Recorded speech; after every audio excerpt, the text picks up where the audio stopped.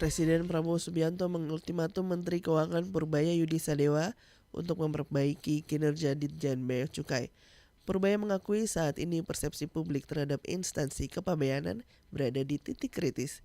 Presiden bahkan berencana membekukan instansi itu jika tidak mampu memperbaiki diri. Purbaya meminta waktu 1 tahun kepada Presiden untuk melakukan bersih-bersih internal secara mandiri tanpa intervensi pihak luar. Sebagai langkah perbaikan, Kemenku mulai mengadopsi teknologi kecerdasan buatan di pos-pos pelayanan bea cukai untuk mendeteksi praktek manipulasi faktur harga barang impor yang selama ini menjadi celah kebocoran penerimaan negara.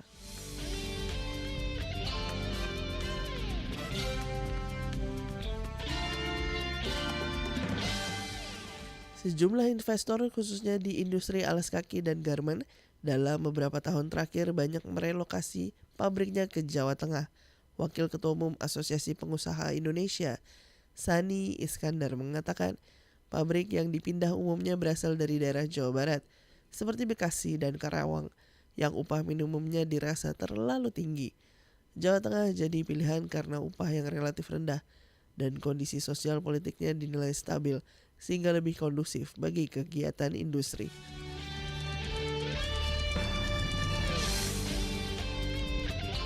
Bank QNB Indonesia akan menghentikan operasional kantor cabangnya di Dago Bandung, Gajah Mada Semarang, Darmo Surabaya, dan Pluit Jakarta mulai 5 Januari tahun depan. Keputusan ini menambah panjang daftar kantor cabang perbankan yang tutup dalam setahun terakhir.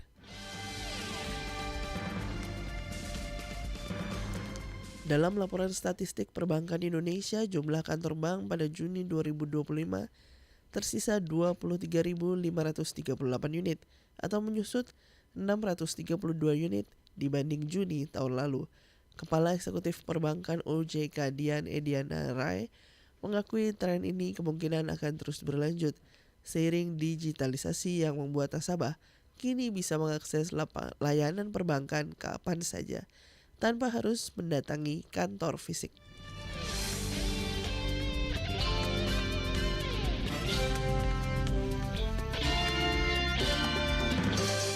Kebakaran dahsyat di Hong Kong, 94 orang tewas termasuk 2 WNI. Ikuti informasinya setelah break yang berikut ini.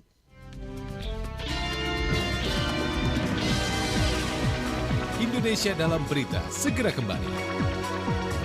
Lewat fitur Audio Plus di RCTI Plus Super App, kamu bisa sampaikan isi hatimu lewat request lagu. Habis dinotis sama crush, mendadak dilamar, atau malah hati lagi berantakan, kamu bisa curhat brutal ke penyiar radio kesayanganmu. Fitur live chat radio bakal merayakan semua perasaan kamu. RCTI Plus Super App, satu aplikasi semua hiburan. Kembali Anda ikuti Indonesia Dalam Berita. Terima kasih Anda masih bersama kami di Buletin Indonesia Dalam Berita dan berikut kami sampaikan informasi aktual lainnya. Kementerian Luar Negeri memastikan 2 WNI tewas dalam kebakaran di kompleks apartemen di distrik Tai Po, Hong Kong. Dalam keterangan tertulisnya, Kemenlu menyebutkan 2 WNI lain juga terluka akibat kejadian ini. Keempat korban, baik yang tewas maupun luka-luka, merupakan pekerja migran Indonesia di sektor domestik. KJRI Hong Kong terus berkoordinasi dengan otoritas tempat untuk memantau perkembangan situasi dan memberikan pendampingan lanjutan bagi WNI yang terdampak, termasuk dengan menyediakan logistik dan membuka tempat singgah sementara di gedung KJRI. Hingga kini total korban tewas akibat tragedi kebakaran di Hong Kong telah mencapai 94 orang dan 279 lainnya belum ditemukan. Petugas pemadam kebakaran masih menyisir semua unit di 7 tower untuk mencari korban yang tertinggal. Sementara polisi Hong Kong telah menangkap 3 orang dari perusahaan konstruksi yang merenovasi apartemen atas dugaan kelalaian dan pembunuhan yang tidak disengaja.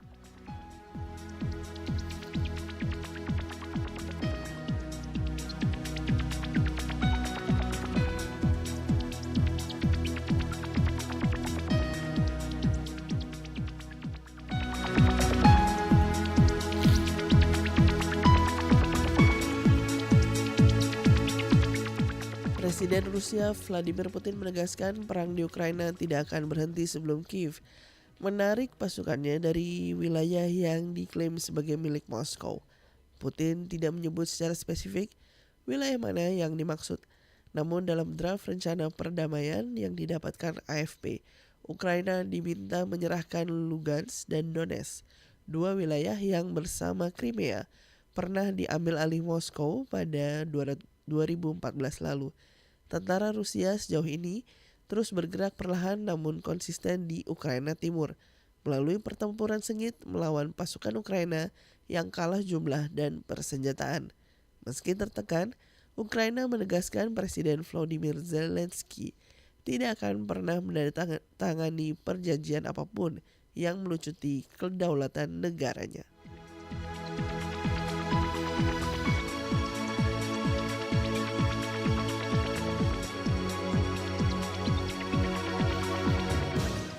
Pendengar dan pemirsa Trijaya di seluruh Indonesia, informasi tadi sekaligus mengakhiri Buletin Indonesia dalam Berita edisi Jumat 28 November.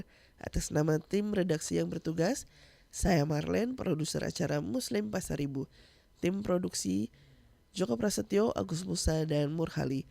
Berterima kasih atas kebersamaan Anda, selamat berakhir pekan, selamat siang, dan sampai jumpa.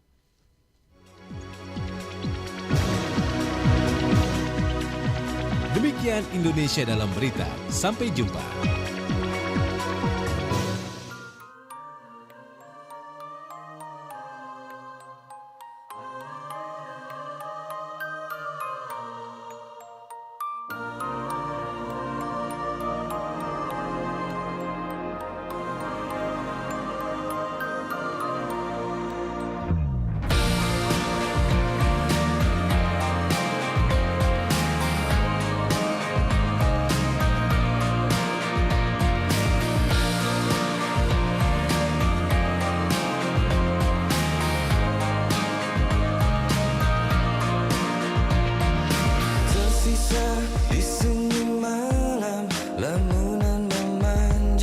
Setelah letih kehidupan, ku coba pejamkan mata, tetap ku terjaga melewati. Bang, saya mau konfirmasi Bang, Ya. emang benar nggak mau damai? Ya kalau damai itu dua-duanya mengakui ada perdamaian dan udah nggak usah ada apa-apa, nggak usah ada syarat. Kan dengar-dengar, wow ada yang kami minta maaf. Apanya yang minta maaf? Dia yang harus minta maaf pada seluruh rakyat Indonesia karena telah membohongi rakyat. Kalau misalkan ada kesempatan membuka pintu untuk Abang datang berkunjung ke Pak Jokowi? Kok saya datang? Nggak Emang mau salahnya berarti? apa sih? Oke. Gitu loh. Datang ke tempat netral kepada rakyat, buka ijazahnya di depan publik seperti yang dilakukan tadi di filler ya oleh Pak Asrul. Iya, Pak Arsul Sani. Arsul Sani. Arsul Sani. Arsul Sani. Nah, Arsul Sani itu bagus, itu negarawan. Oke. Meskipun yang dari Poland mengatakan itu ada masalah, tapi orangnya itu negarawan.